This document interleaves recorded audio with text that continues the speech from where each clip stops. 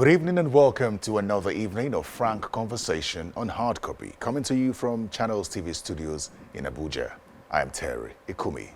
On Wednesday, the 20th of October, youths across the country took to the streets in remembrance of the incident dubbed the Lekki Tollgate Massacre 1 year ago, which the government has continued to refute. Amnesty International maintains its position that lives were lost at the Lekki Tollgate Center on October 20, 2020. The government insists that no life was lost and the security agencies conducted themselves professionally. On Hard Copy tonight, the NSAS conversation continues. Auwal Rafsanjani, the Executive Director of CISLAC, that's the Civil Society Legislative Advocacy Center, and the Chair, Board of Trustees, Amnesty International Nigeria, is my guest. Mr. Rafsanjani, welcome to Hard Copy. Thank you very much.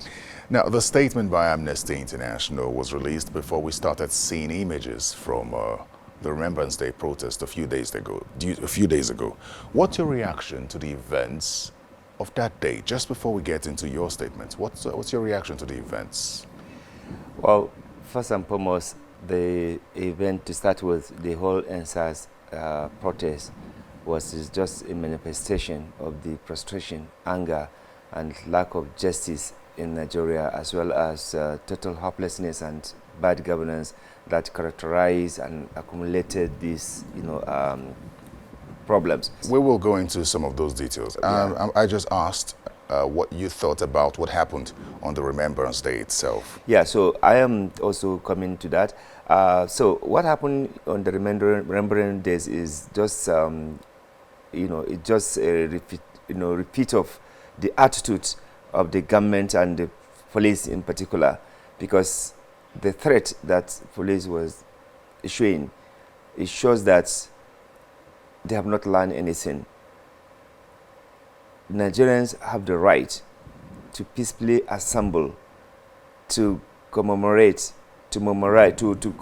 and also, continue to push for reforms that will lead to addressing those injustice, those problems that led to the initial even protest itself. So that's number one. Number two, the continuous dismissal of government that nobody was killed. It shows lack of also readiness from government to take corrective measures to address and ensure that there's a justice. Also, the protest that was also disrupted in both Abuja and Lagos, including harassment and intimidation of the journalists, clearly shows that some people in government are not ready to also correct those wrong things that they used to do.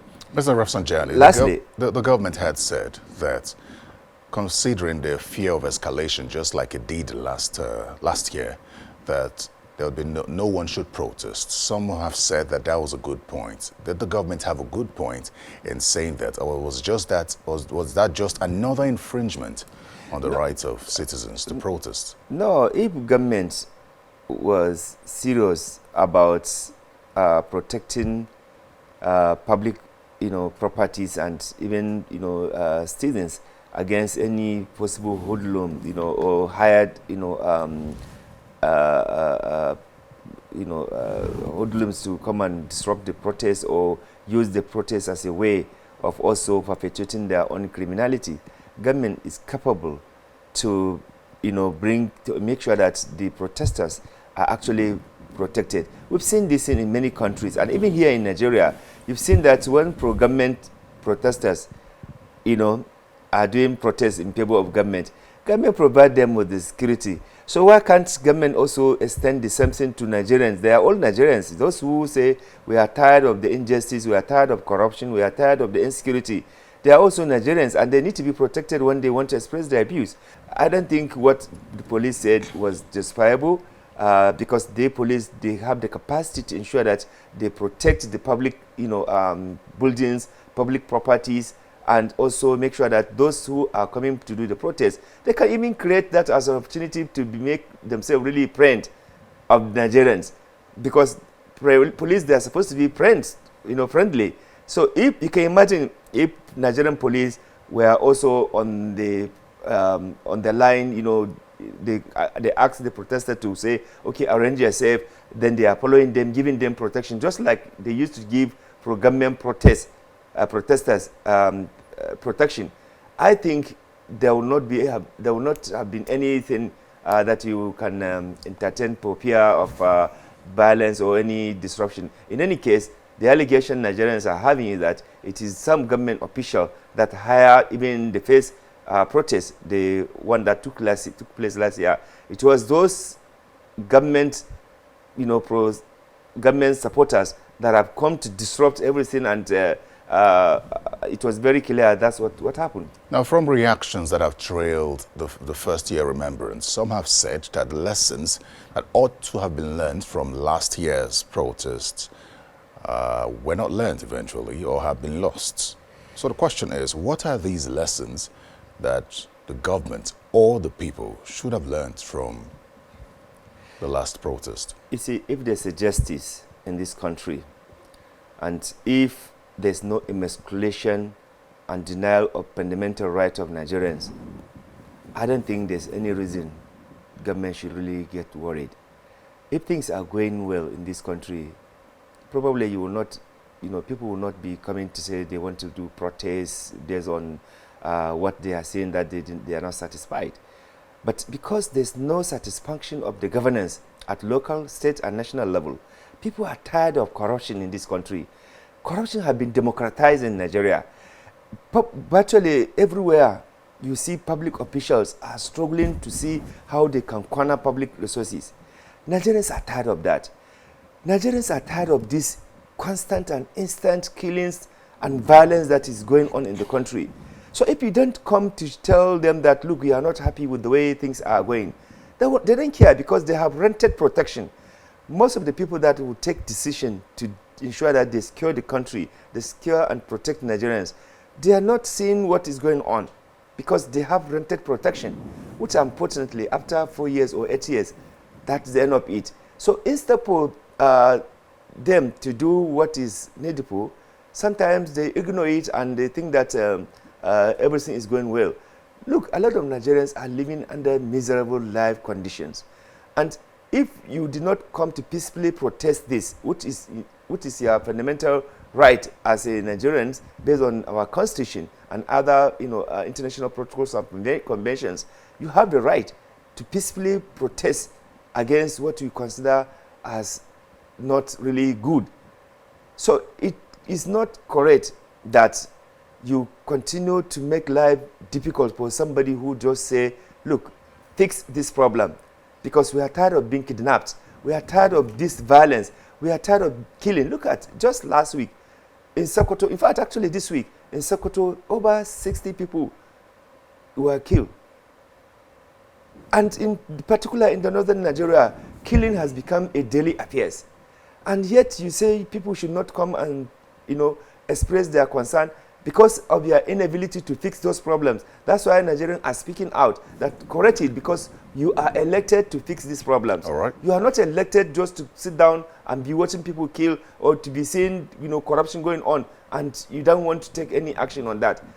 Mr. Rafsanjani, Amnesty International statements released in remembrance of the 20th of October 2020 and SARS protests, it maintains that the Nigerian police and the army killed at least 12 people on the 20th of October 2020 at that Lekki toll gate and Alausa in Lagos. The statement goes further to say that it's unacceptable that despite overwhelming evidence, the government continues to deny the use of live ammunition on protesters at the Lekki toll gate plaza last year.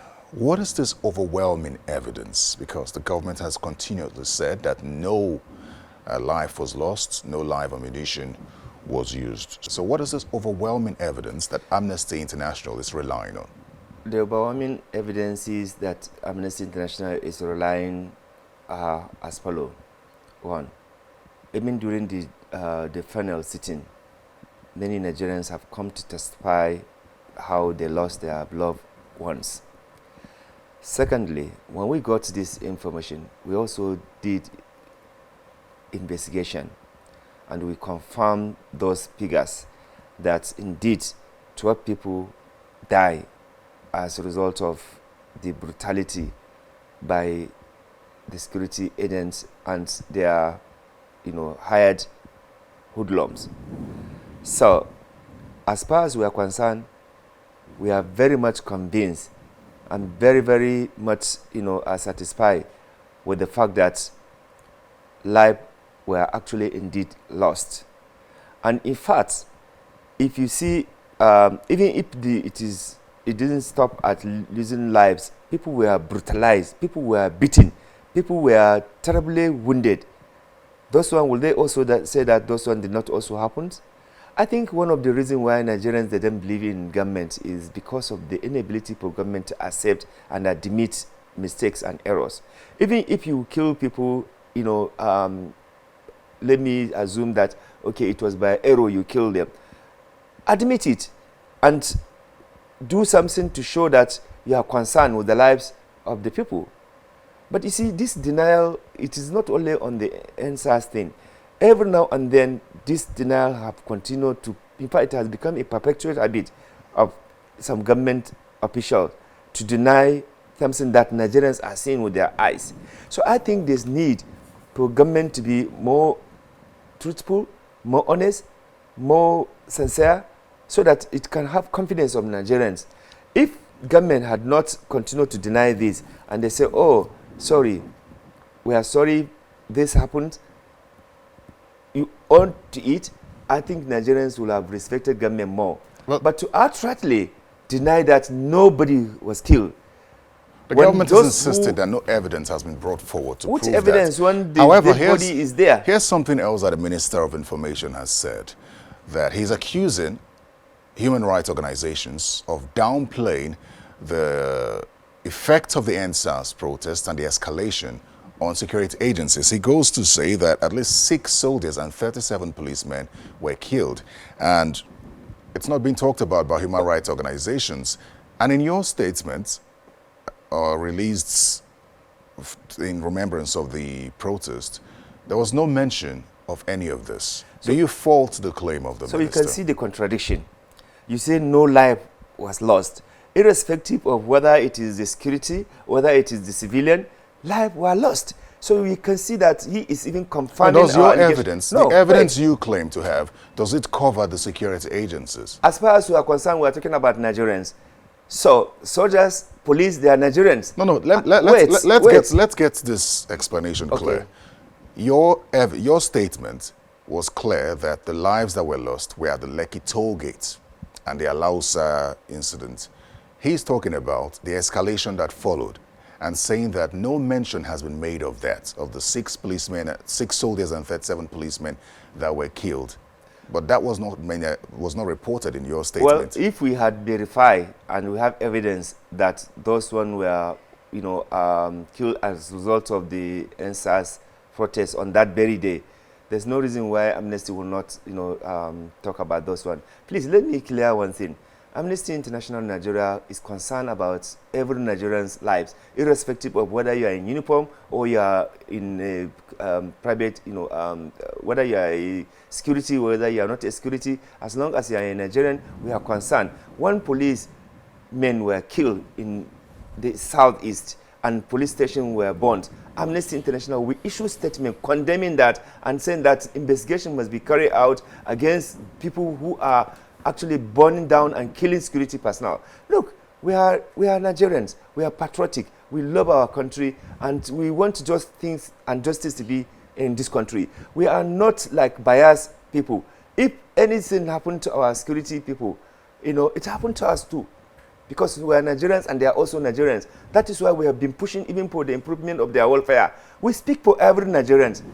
That's a part we'll come to as well. Mr. Rafsanjani, let's talk about the police. The new Police Reform Act was something that everyone looked forward to, that came into existence about a month before the NSAS protest last year. Now, the Minister of Information on Wednesday said that the reform would be gradual and Nigerians will begin to see results eventually and not overnight. So 1 year on, since this new Police Reform Act, do you see any impact? Do you see any changes, maybe gradual or not, with regard to, say, human rights, discipline, and the likes? Some of the issues we expected to be implemented in the new act is still 1 year after it has not still been done. And you just wonder whether we are serious about what implementing. What are some of those issues? Okay, some of these issues, we insist that the welfare of the police be improved. Go and see what is happening in the various barracks. There's no way you can have, decency in the way and manner in which police carry out its works because of the way they have been subjugated in the various barracks and police stations if you go there. Secondly, even look at their uniforms. Sometimes you get confused whether they are police or they are something else. If you have taken care of that, go and see other countries. You are even happy to take photographs with a policeman. Very neat and clean with all the necessary gadgets and walking, talking and everything that he can or she can communicate effectively. Thirdly, look at how professional, how responsible, police, are in other part of the world. Fourthly, Nigerians police, when they go out, they perform very well. What is the problem that they cannot, create enabling condition for the police to, work very well?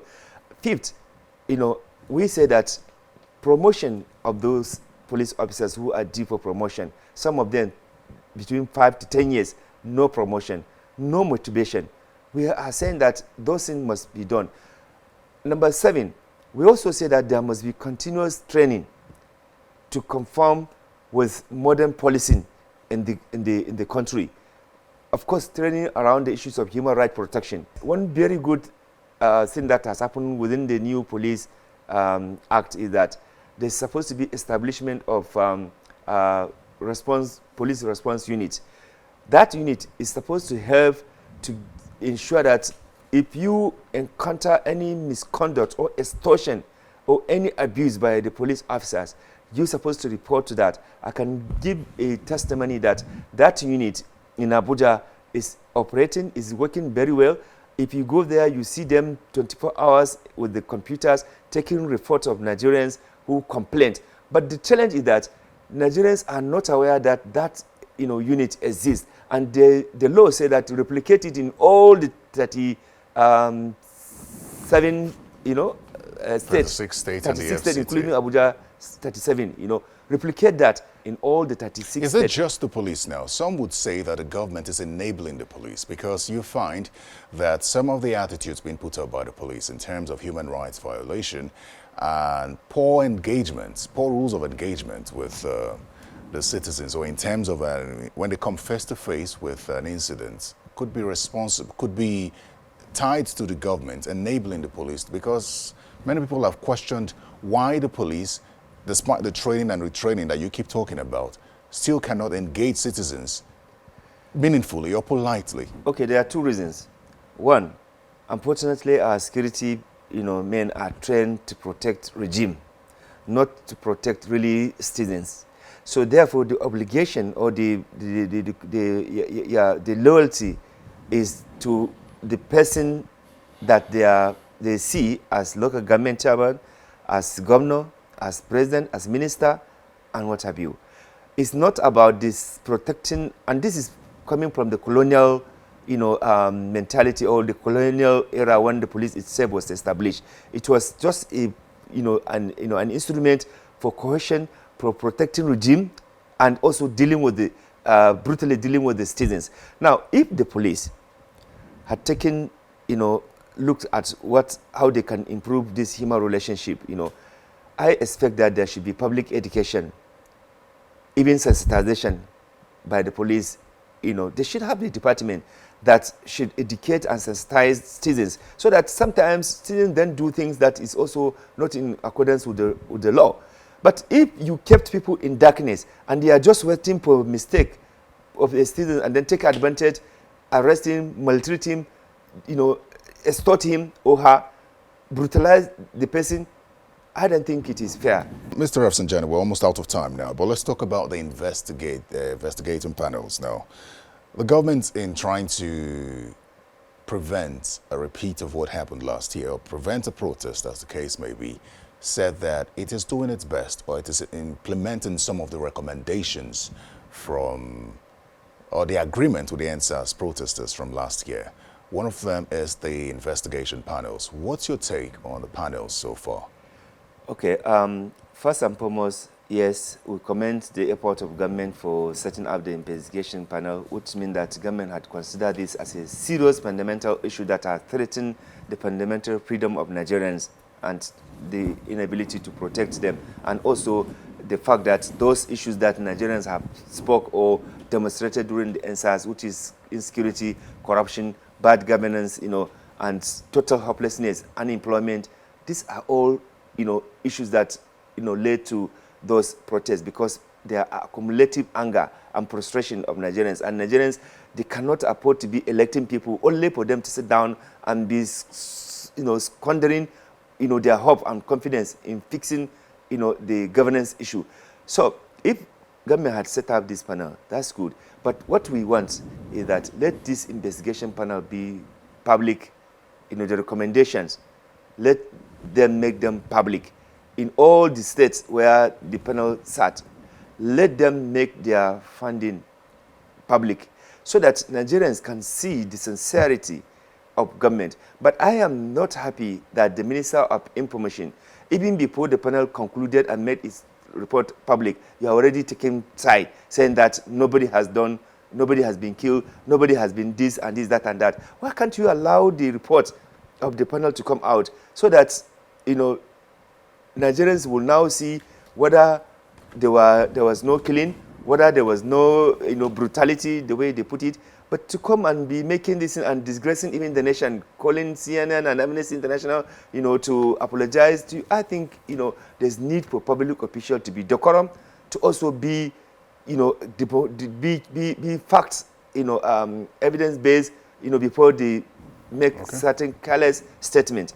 We in Amnesty International, we do proper quality background check.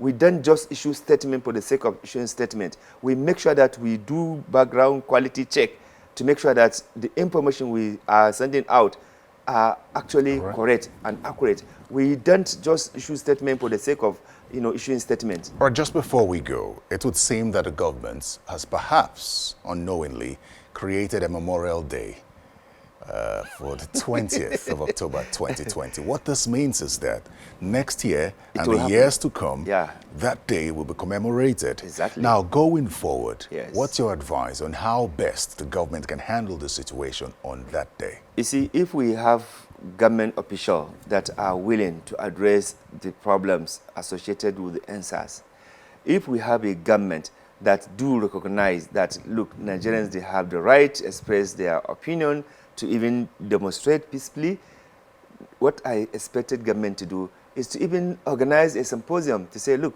let's, do this remembrance of the lives that were lost. Let's do this in, to show that Nigeria government is committed to reforms that we talk about. There's a way you can, be able to give confidence to citizens, but to come and make it illegal, that the protest should not happen, and that you demonstrated it by even intimating and harassment of journalists. You saw what some journalists suffer in Lagos as a result of this. I don't think it is good for public officials to be using public resources to be dealing brutally, maltreating the fellow citizens. I don't think it is right. I think it is important that our public officials become more honest, sincere, and committed, to the issue. If there are problems, point it out. Let's collectively seek for solution to it. We in civil society, we are happy to support government sincere effort to address the many problems that we have in this country. We are not politicians, we are not anti-government, but we want our country to work for the goodness. Mr. Auwal Rafsanjani, Executive Director of CISLAC and Chair of the Board of Trustees of Amnesty International Nigeria, thank you so much for coming to speak with us on Hard Copy. Thank you very much. Well, that's it on Hard Copy. Thanks for your time. To see this episode again or catch up on past episodes, go to Channels TV on YouTube. And for the podcast, go to channelstv.com. I am Terry Ikumi. Goodbye.